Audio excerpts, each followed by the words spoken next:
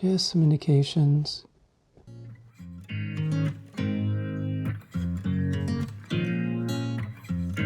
Welcome to my channel. My name is Carl and I'm a Bob Ross certified painting instructor. Thank you so much to those who watch my videos. If you like these videos, please give it a thumbs up as it pushes it out to other people who enjoy art.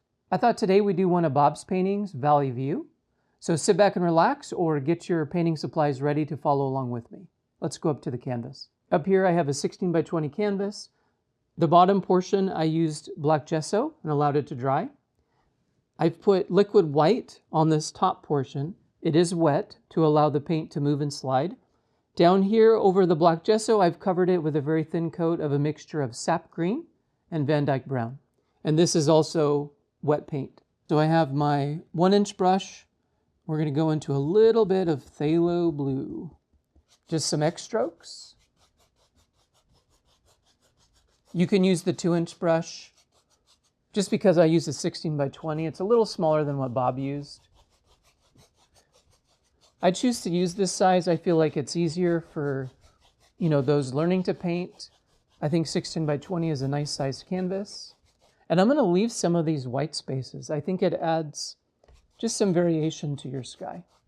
Even though I'm painting Bob's picture, I'll still add my own personal touch. It'll have my style. And I think that's what Bob would want. I'm using just a little bit lighter pressure and I'm going back through to soften out some of those brush strokes. All right, for the mountain, a little bit of Prussian blue, midnight black, alizarin crimson, Van Dyke brown. And we're just gonna mix that into a pile. Little roll of paint, and let's go up here. We're gonna have a big mountain. Maybe one just like that. And all we care about is that top edge.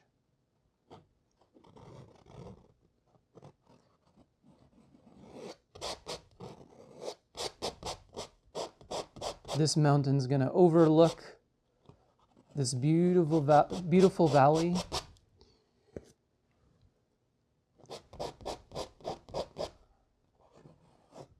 There. And it's okay, have some jagged things coming up. Just add some uniqueness to your mountain.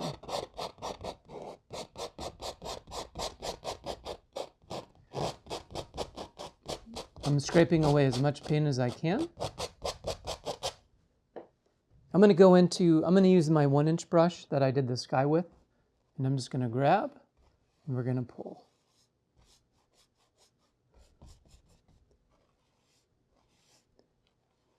And just because, when you pull, it helps you see the lay of the mountain. You can start shaping and adjusting. You have the power, you have the control. As Bob would say, it's your world. Maybe over here, this one comes down this way. And because we have the liquid white on there, it'll blend and soften at the base. Very soft, very soft. I'm just blending the base here. A little bit of dark sienna and bright red. Not too much. Very powerful. And let's start highlighting.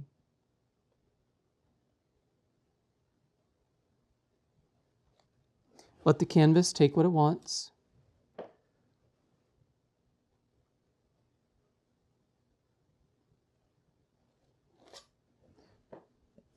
And we're just flowing. The highlights will flow to the right.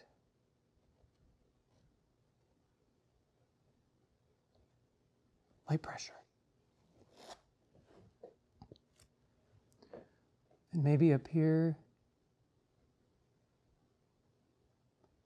you can dance around. There. It's your mountain. You can add as many peaks as you'd like. There. And then flow down.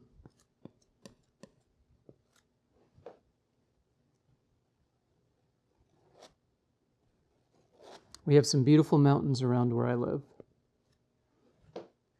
Reload. Let's go up to the big peak.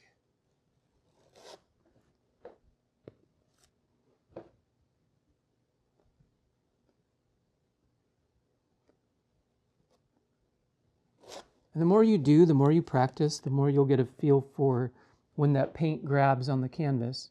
You know what I see right here? Maybe this one comes right there. Light pressure.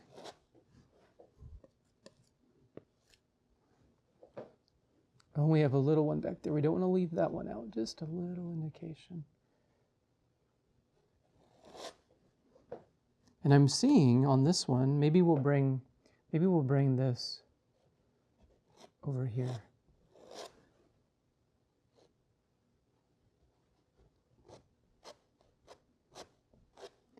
Just a big mountain face.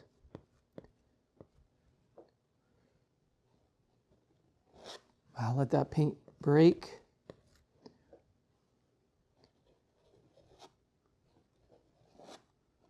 Now, if you do go back over certain areas, just use light pressure.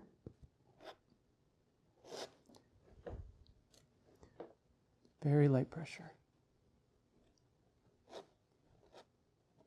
All right, for the shadows, I'm going to take that white, a tiny bit of the mountain mixture, and a little bit of phthalo blue. And I'm going to use the small part of the knife.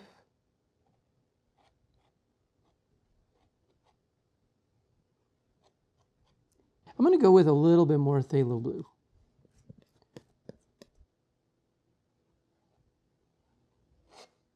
There we go. I like that color. Maybe back here. Now, if you feel more comfortable using the small portion, I do prefer that myself.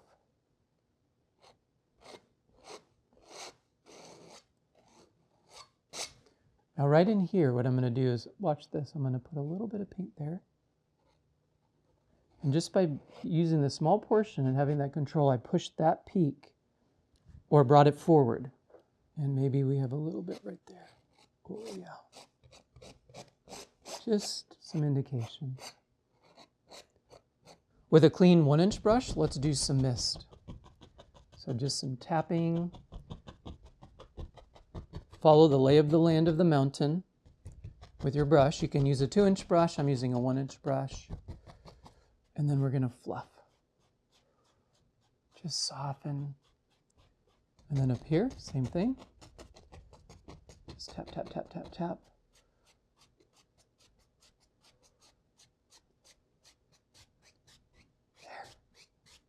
Okay, we're going to create the illusion of some distant foothills. I'm going to take sap green, maybe a little bit of cad yellow, and a hint of the mountain mixture. So maybe, yeah, just like that.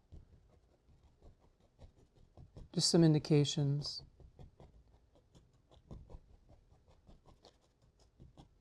There. And then we're going to lift up.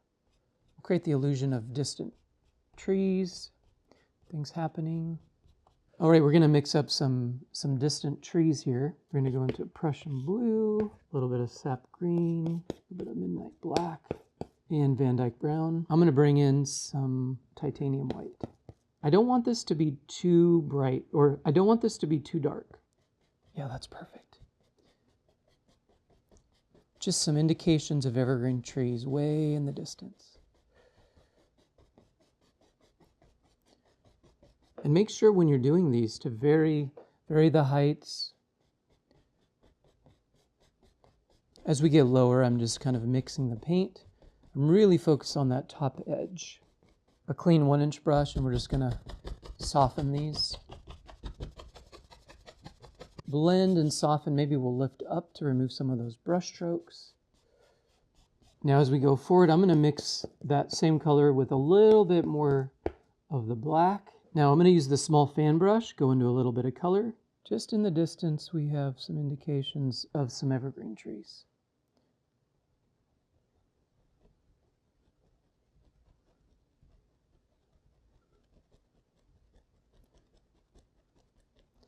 There. Something like that.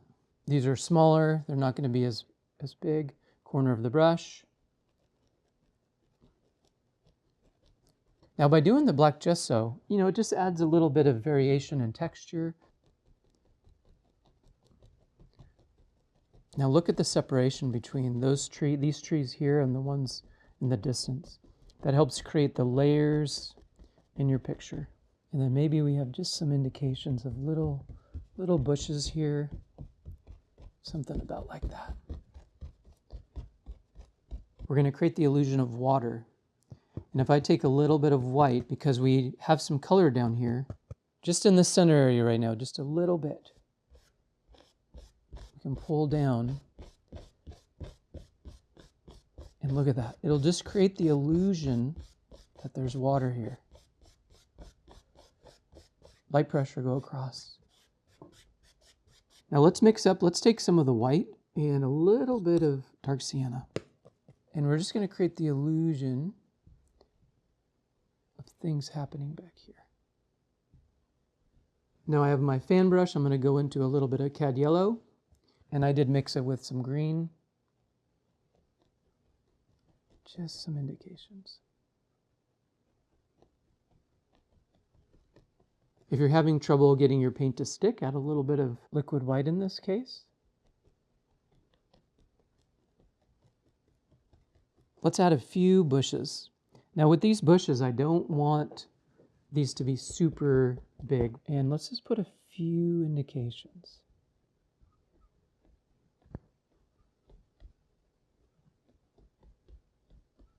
There. Rotate the brush. I'm very, very lightly pressing. And then we can put a little bit of that color in the water. Not too much, just light indications. Maybe a little bit of the green in the water.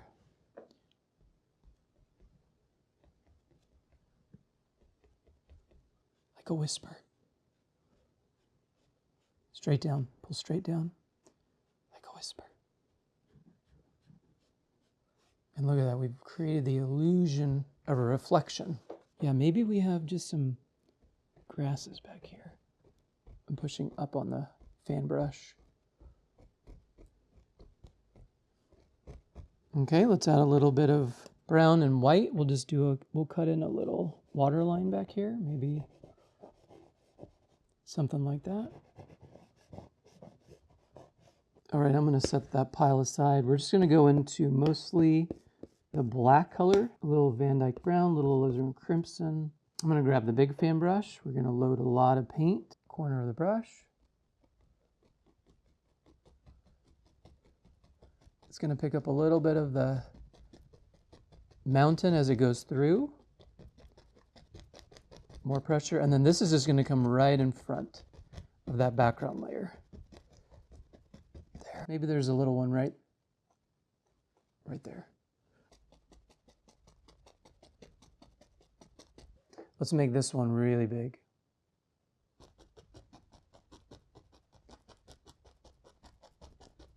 Wow, this is a big tree. A lot of paint. Now the nice thing with the black gesso underneath, there's already a lot of dark paint there.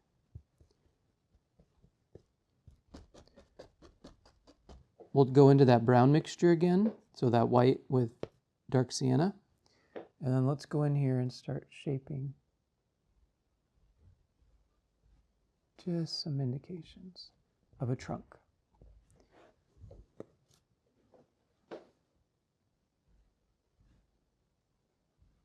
Just letting the paint grab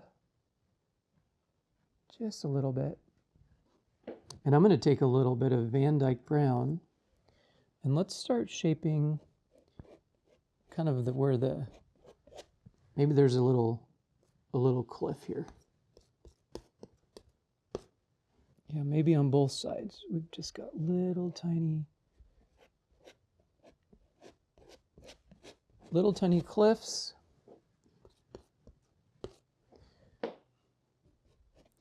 And who knows, maybe we have a little grass.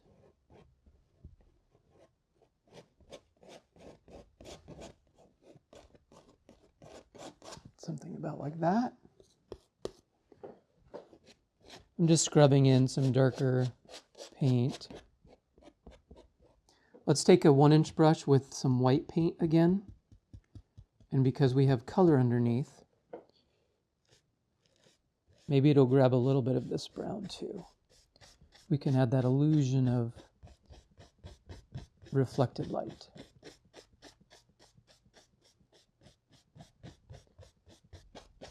maybe this lake is in some shadows, but we still have some light reflecting off. Light pressure. Go across, super light pressure. And we'll take a little bit of our highlight color, and maybe we just let the paint grab. Just some indications. Right over here.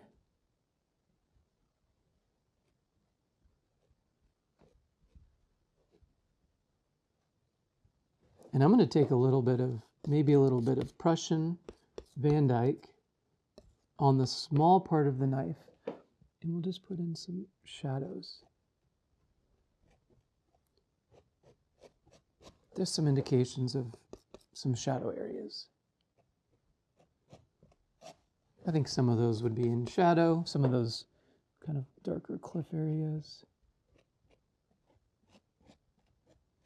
Another fan brush, and I'm going to go into a little bit of liquid white, cad yellow. We'll mix up some of these other yellows just for variation. And let's give it some highlights. Load both sides.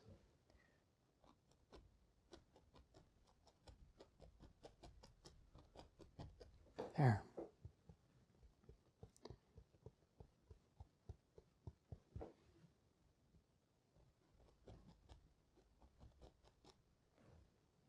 A little softer at the base.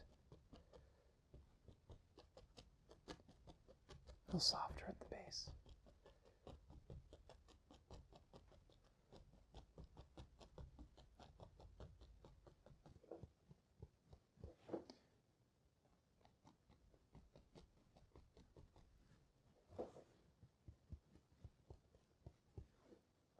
Corner of the brush. Leave some dark.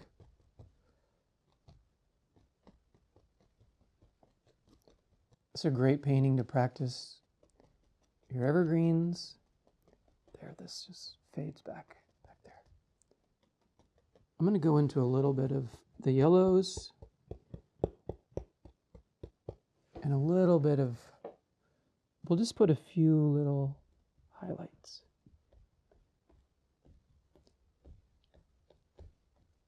Maybe there's one right there. Ooh.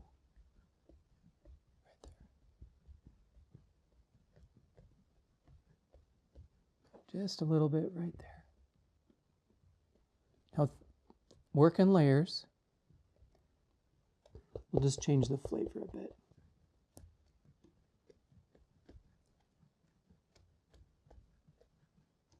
And I'm going to put a little bit of color down here. Not much, not much. Don't get carried away. And very carefully, remember, light pressure. A whisper.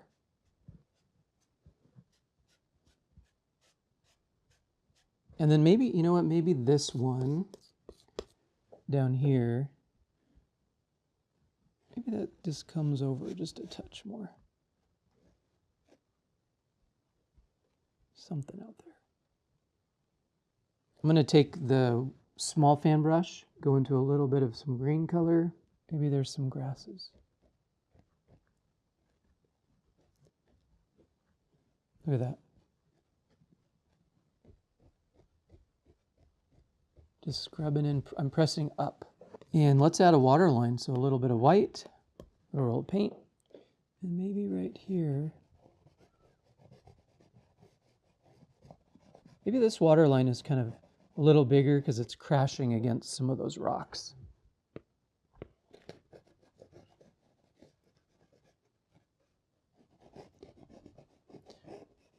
And remember, the water line, we want it to be level. It can move up and down, but the blade, think of this, if there's a marble on there, if we tilt it, the marble rolls off. We don't want that. We want to balance that marble. And maybe there's a little bit of ripples out in the water. I'm just going back in and adding just a few little sparkles to certain bushes. Very little paint. I'm not doing much. We'll give this one a signature. I hope you enjoyed this picture. If you're interested in art supplies or Bob Ross products, check out my affiliate links in the description below. Happy painting. See you next time.